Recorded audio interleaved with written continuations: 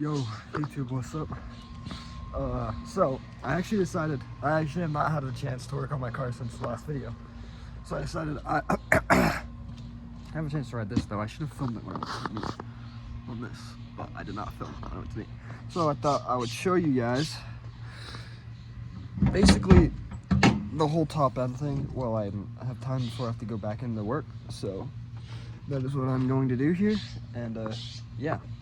Okay, I flipped the camera around so I could show you. So basically, yeah, you take this harness out.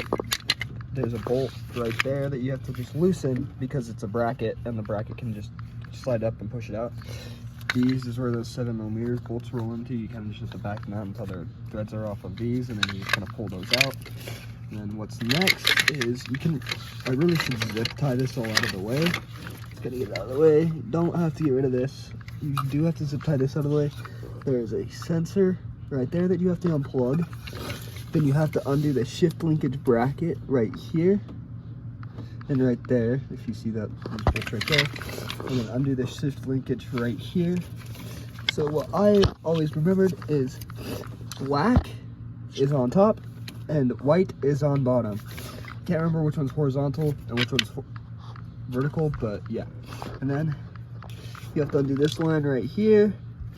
It's not that bad. There's 2 bell housing bolts up here you have to undo, and on the SS's, for reference, on the other cars, on the non-SS cars, there is a bolt like right under this oil cooler right here that you have to undo on non-SS cars.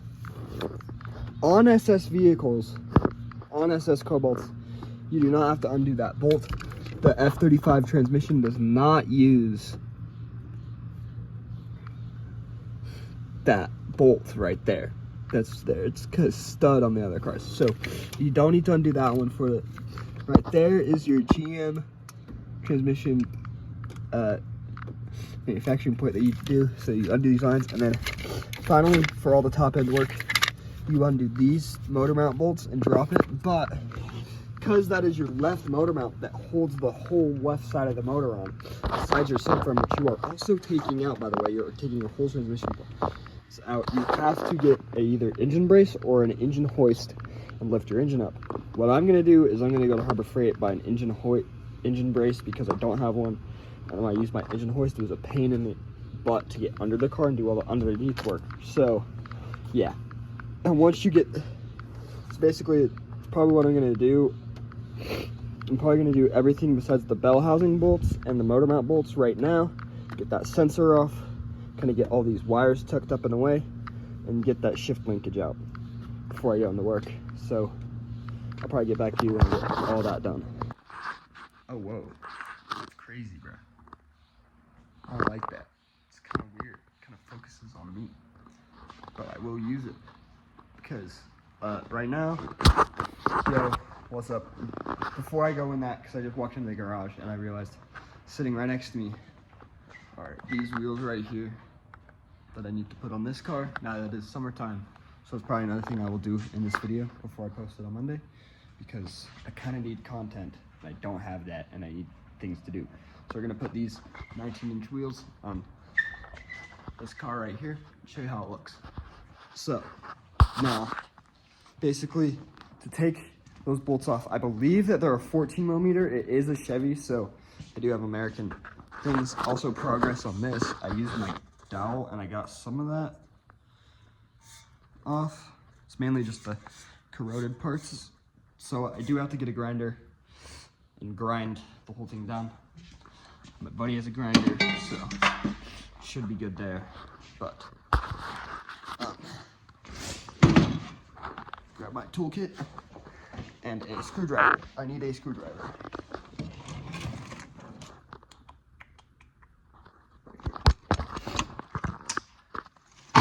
I'm going to go out to the car and I'm going to do all of this stuff, and then I will get back to you when all of that is done. I also need to grab supplies too. Okay, I'm back. As you can see, I zip tied everything out of the way. You're going to want this line right here. It comes off from right there. That's the little nipple it comes off of. And what you're going to want to do is you're going to want to pull it. I do have to take mine off or do something, and I do have to repair mine. It's a little small there, so my thing does not fit through there. But I have to repair mine, but I will do that later. But you're gonna want to face it up like this, because it will leak brake fluid out if you do not. So, and you don't want that happening. So, face it up like that, and so on. Also, grab these, and note there are these bracket bolts right here, but then there are these bolts, these 13 millimeters right here, that go on these, and these is what hold the linkage to the bracket. It is much easier to get these linkage bolts off of the bracket than to get these bracket bolts off of the transmission. I'll show you right here. So these bolts right here that hold on this linkage, it's easier to get these off than it is to get the bracket bolts off of the transmission. So take the linkage off of the bracket and not the bracket off of the transmission. Also, you will need a pry bar for these, not just a screwdriver. I just needed this smaller one. The angle on the pry bar helps with leverage to get them off. They're pretty easy to get on there, but to get off, they're kind of hard. So you will need that. And then if you go into the car now,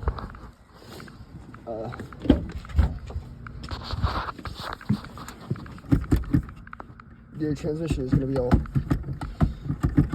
sloppy because, well,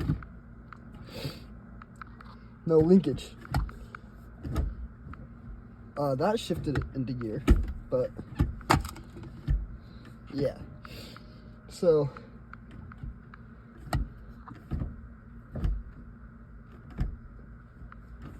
yeah, but basically, and then the sensor is kind of hard to get off, I would say, but not terribly hard. You just have to get off it. You don't actually have to move any of this out of the way, just make sure you don't. Okay, I'm back. Just some things, but that O2 sensor, I don't know if you can see that O2 sensor way back there, kind of pointing at it's that white sensor. They say you have to take that off. You do not have to take that O2 sensor off. Do not take that O2 sensor off. It's a pain to get to, so don't take that O2 sensor off. Basically, that's everything besides the motor mount and the bell housing bolts that have to come off. So probably after I get back from work, I'll do that, and I'll get back to you because I have to stop at Harbor Freight and pick up my engine thing, my what's it called, the engine brace. So yeah, I'll get back to you when I'm back from work probably. Yo, whoa, what? Oh no, that's just, what's up, YouTube? So right now, I'm gonna put the wheels on that thing right there, and then I'm gonna head to Harbor Freight because I went last night and it was closed. I went at 8:30 and it closes at 8. I'm like, bro, it's a freaking Friday, bro. Close at 9 or 10 or something, bro. It's Harbor Freight, dog. So yeah, I'm gonna go to Harbor Freight now and go pick up the things I need, and then come back. I'll probably just put the wheels on after I get back because I kind of need to get this stuff. But yeah, peace. Hey YouTube, what's up? Got the thing here. I gotta figure out how to set this thing up and then get back. All right, we got it set up here.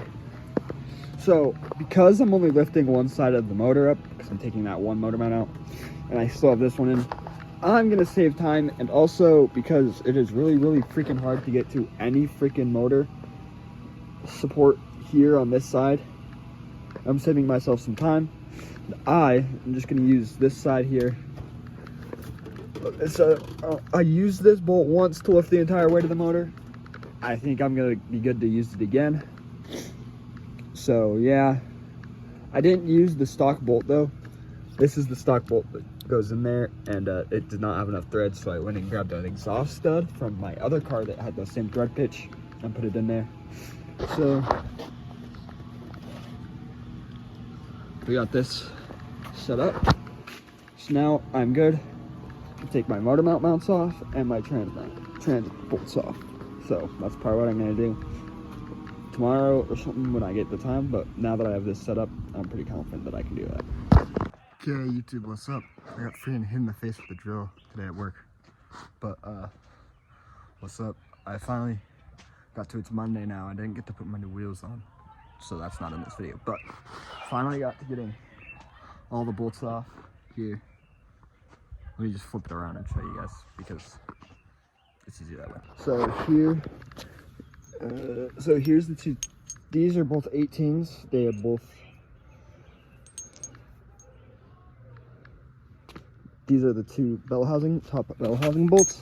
And then these are the three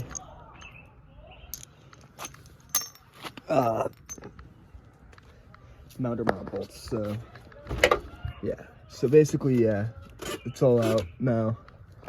I don't know if you can see down there. Let's see. They're both out there.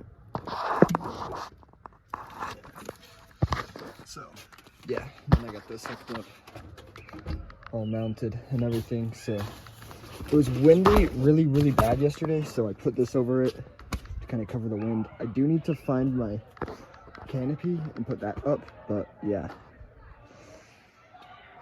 So I'm getting pretty close to, I mean, tomorrow I literally have everything done, and tomorrow I'm jacking it up and taking the wheels off and doing all that stuff. So that will be in next week's video though, because I upload on Monday. So this is basically my last video for this week.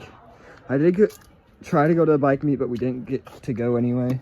I did get new gloves though, which was pretty fun, and because it was really freaking windy, bro. So yeah, but holy, my exhaust is getting really hot, you can tell. Holy, whatever. But yeah, so more bike content coming soon later. I will repaint this and repaint that fender, so I'll make a video about that. I also do need to do my fork seals eventually, because they're leaking. You can tell they're leaking. But yeah, so basically that's it. I'm probably gonna do the outro now. So yeah, basically that's it. I'm getting close to be able to getting the actual clutch for this and the kit and everything, so that's good. But that's it for this video. Not very much happened, just kind of working on the COBALT updates, getting all that top end stuff done. That's really kind of like, you know, the most tedious part of it is getting that top end stuff done. Now we just have the bottom end, so we have the steering rack that we have to do. We have to strap up the radiator. We have the steering rack that we have to take off. And then we have the, it's easier to take it this, so yeah, we have the steering rack that we need to take off, then the sway bars ends that we have to take off. And it's easier to do that than just take the whole thing off, is what they've said. So, because then you have to get it realigned and everything. So yeah, and then the 4 subframe bolts, which this bolt back here, the passenger side back bolt on the subframe is where I can counter my issue. I'm gonna tell you how I conquered it. It's gonna involve this new breaker bar I bought, but I had to use an older breaker bar that I had because I wasn't gonna buy a new one. But it was it's $21, $22 at Harbor Freight, but I'm a inside track member because I go there enough, obviously, to use that subscription enough. So, but yeah, basically that's it. I'm probably gonna have to keep the air compressor out here too, because I'm just gonna have to be taking it in and out, and so yeah. But hopefully next video I can get to the point where I'm pulling the trans out, maybe, and buying a clutch or something. That might be the video after that, where I buy the clutch. So yeah, hopefully I can find more content. Probably next video I'll be going to Carson Curry and filming that for you guys here in Utah. So yeah, peace out, like and subscribe. See you next see you next time. See ya.